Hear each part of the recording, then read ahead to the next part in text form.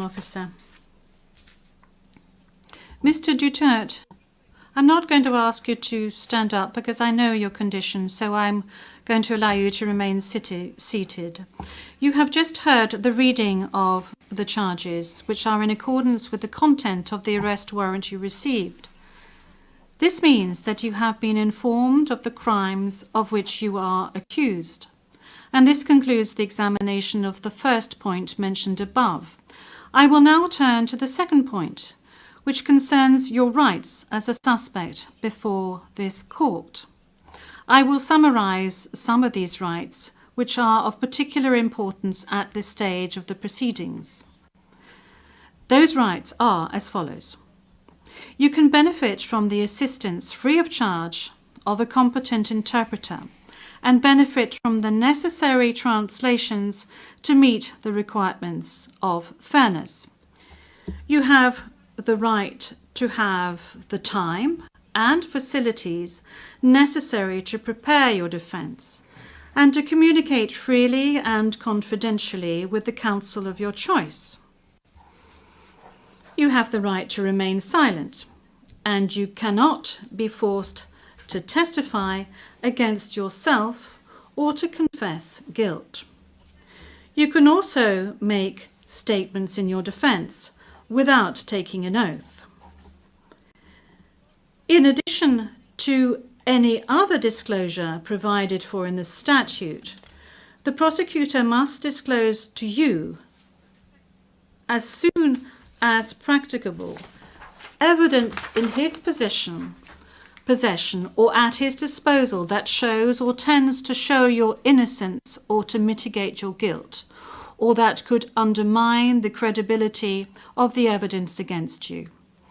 At the confirmation of charges hearing, you can contest the charges, challenge the evidence presented by the prosecutor, and present evidence. There will be no trial if the charges are not confirmed or if the proceedings against you are completed. You have the possibility to make an application for interim release pending trial. And finally, Mr. Duterte, you have the right to be informed as soon as possible and in detail of the nature, cause, and content of the charges in the language that you fully understand and speak. Counsel, have you understood? Yes, we're listening, ma'am. We're listening, and before it ends, may we be allowed to present a manifestation on the circumstances behind the delivery of Mr. Duterte in this chamber.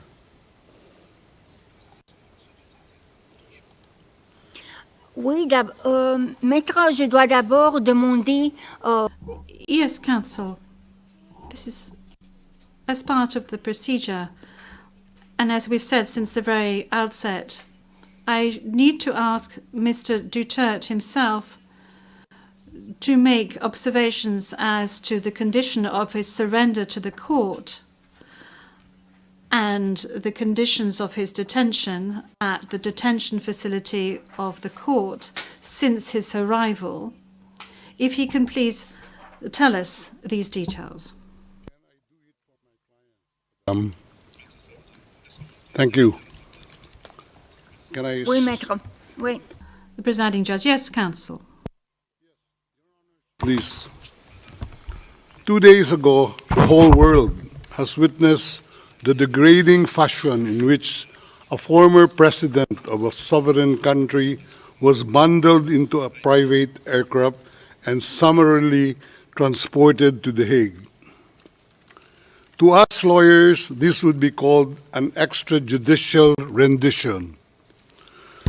To the less legally inclined, it was a pure and simple kidnapping. My client was denied all access to the legal recourse in the country of his citizenship, and this all in the nature of political score settling.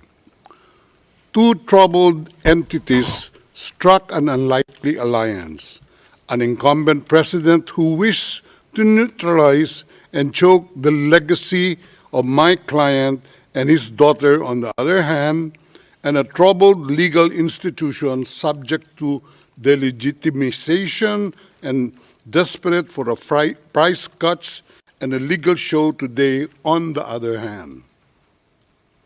With this in mind, it is not surprising that my client was abducted from his country. ICC private jets do not drop out of the thin air. That jet which received my client was coordinated in advance. The UAE is not a state party to the ICC and has no obligation to cooperate with the court. Yet my client sat in transit in that country for more than 5 hours. I invite the registry's representative to present today in court to explain to the judges exactly how they believe this transfer was anything other than a gross abuse of process. Given the precipitous arrival of my client, an elderly man with debilitating medical issues, hard of hearing and poor of sight, he was taken to a hospital for observation. Only this morning have I met him for the first time with less than an hour to discuss legal issues. I have not been able to present him with a hard copy of the arrest warrant because we were not supplied with such.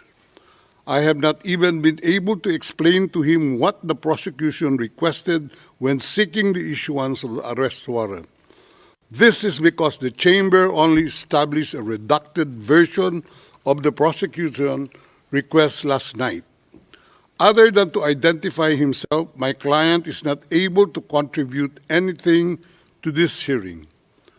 Most importantly, he is not able even to tell you that he has been informed of the charges as contained in the arrest warrant for a reason more pertinent to which I alluded in my written request to this honorable pretrial chamber this morning, and which is confidential in nature.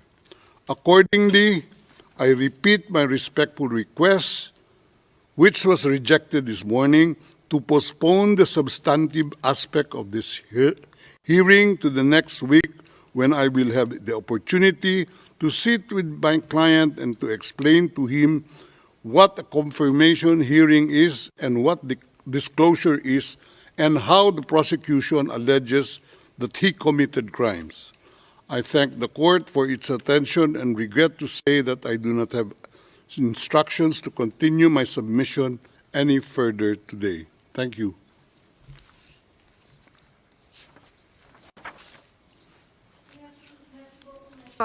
D'abord, concernant Thank you, Counsel. Now, with regard to the health issues of Mr. Duterte, I believe that the court has taken specific measures with regard to his health situation, and I note that subsequent to his arrest and when he arrived at the detention centre, the court's doctor was of the opinion that you were fully mentally aware and fit, and that you have undergone further checks and tests at the detention facility. And when you broached health matters, that's saying that you were not able to come to the hearing, the doctors who consulted with you were of the opinion that Mr. Duterte was not in a position to come to the hearing physically, but that if he gave a written permission, he would be able to take part via video link. Now, that is with regard to the health matters that you just mentioned. They are very important, especially concerning the matter of age. Now, with regard to the rights of Mr. Duterte, we have before us the registrar's or the registry's report that says that Mr. Duterte has been informed of his rights, including Articles 66 and 67 of the Rome Statute, and that that he is aware of his rights and that he is also aware of the charges against him. We have before us the report of the registry saying that he was also aware of the warrant of arrest in the English language and that he is very well versed in the English language. Once again, you have the possibility of these charges being read in English, which was the case today. I have read to you in the French language the rights that he has, Mr. Duterte, before this court, and I'd like to specify once again that this is an initial hearing in order for Mr. Duterte to be aware of his rights and the charges against him. And then there will be a full procedure that will unfurl leading up to the confirmation of charges that will enable Mr. Duterte to raise all the matters that you have just raised with regard to the warrant of arrest, with regard to the crimes committed, with regards to the charges and any other matters associated with his arrest and the matters of jurisdiction of the court. You have the opportunity to do this throughout these proceedings leading up to the actual confirmation of charges hearing. Now, counsel, with regard to your request for another hearing to be held next week, well, your initial request, that was, this was not accepted by the court. Now, you have seen the two decisions of the court that have been disclosed to you, and you are aware of the fact that these two decisions were refused.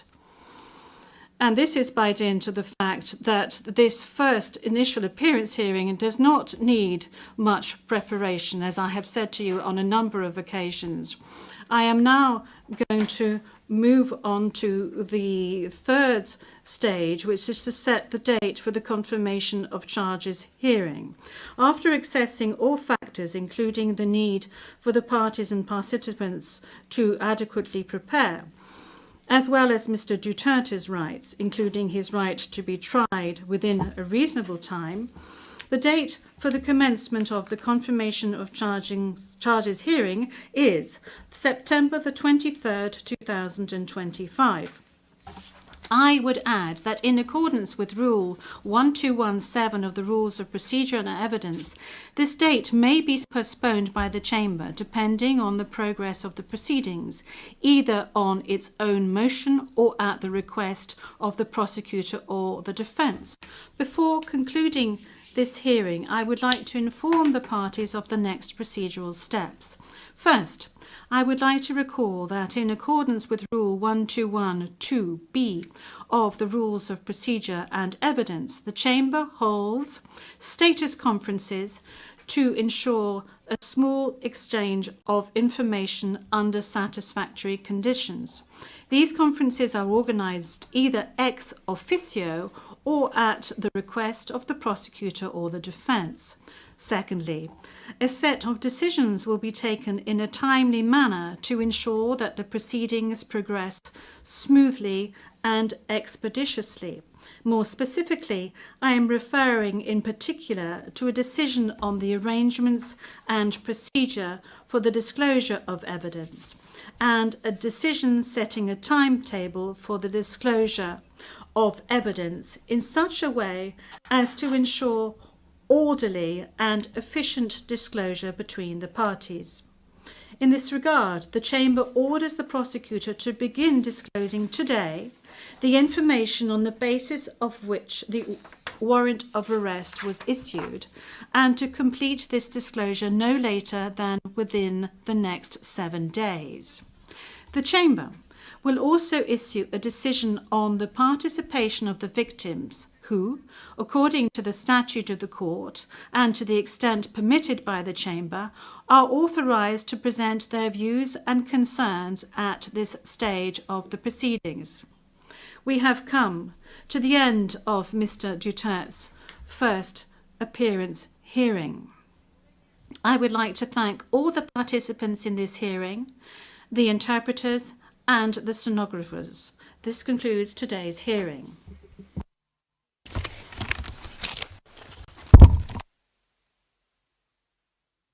just heard from the lead judge there at the ICC, Julia Antonella Montauk. It was clinical,